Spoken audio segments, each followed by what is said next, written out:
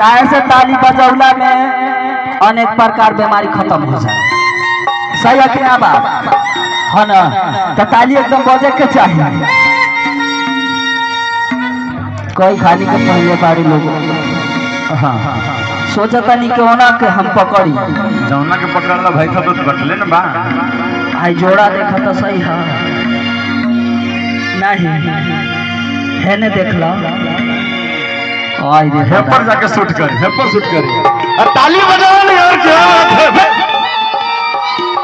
अब बड़े खाली है आइए ना देखो हम तो से बहुत प्यार करेगा। अच्छा एक लड़का प्यार में मोहब्बत में एकदम पागल हो गया कैसे हमारे ये लेखा ऐसा ऐसे छोड़ के मत जा। लेकिन अब लड़का कैसे कहता है बबुआ? हाँ भाई हाँ इतना प्यार ही करने को इतना मुंह बिलाई से गुना करो थे भाई इतना प्यार चलेला है और क्या बात है ए जा कि मर जाई ससुरा तोहरा जाए से पहिले ए जा ऐसे हमके मत छोड़ के जा जन जन लौटिया लौटिया मत जा कि मर जाई ससुरा तोहरा जाए से पहिले हटका दिखेल होई छपाए से पहिले।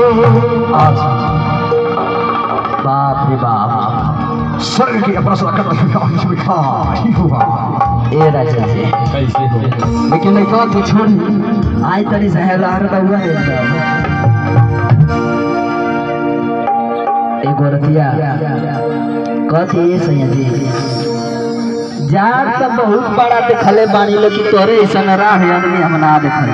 अच्छा हाँ बेपड़ारू का पाड़ा बाड़ा है मन तो करता कि पेट्रोल छिड़क के अपन जवानी के तहस नहस कर ले तो हंस तो एकरा का हो तू तहस नहस कर ले बता तू कहाँ जाती हमारा भी रही टेंशन नहीं बाजी वो भैया लोग से चूल्हा हम एक जहर खा के मर जाए लेकिन कोनो बात नहीं थी करेला ना।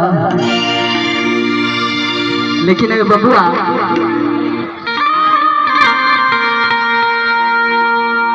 आपका नाम क्या है? सोनी। आपका नाम सोनी। मैं आप लोग से पहली बार मिल रहा हूँ इसीलिए आपसे मैं परिचय कराऊँ ताकि कोई दिक्कत होगी तो कहीं अनचकले में मार सकती है ना इसीलिए डर लगता है। नहीं मारते नहीं इसलिए समझाती है देख है ना आप बोल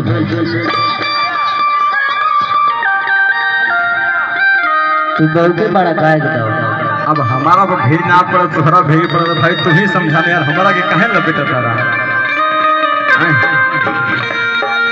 कि खोजब भातार जाके भाड़ा पर देखावे छोटका टुकुर ताकत है करे कहो खोजब सरे हम कहाँ जाए? अच्छा हम नहीं के खोजबू ठीक है ले ला कि खोजब भातार जाके भाड़ा में खोजब भातार जाके भाड़ा में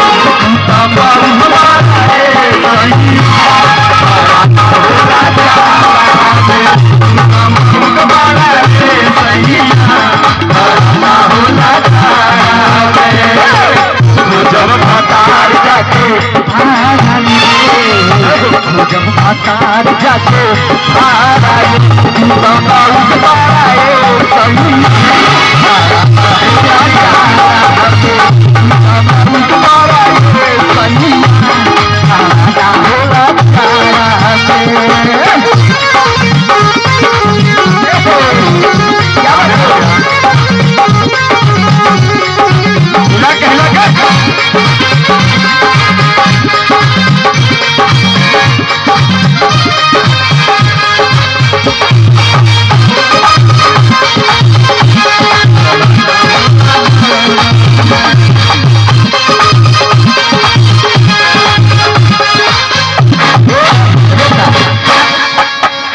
वाह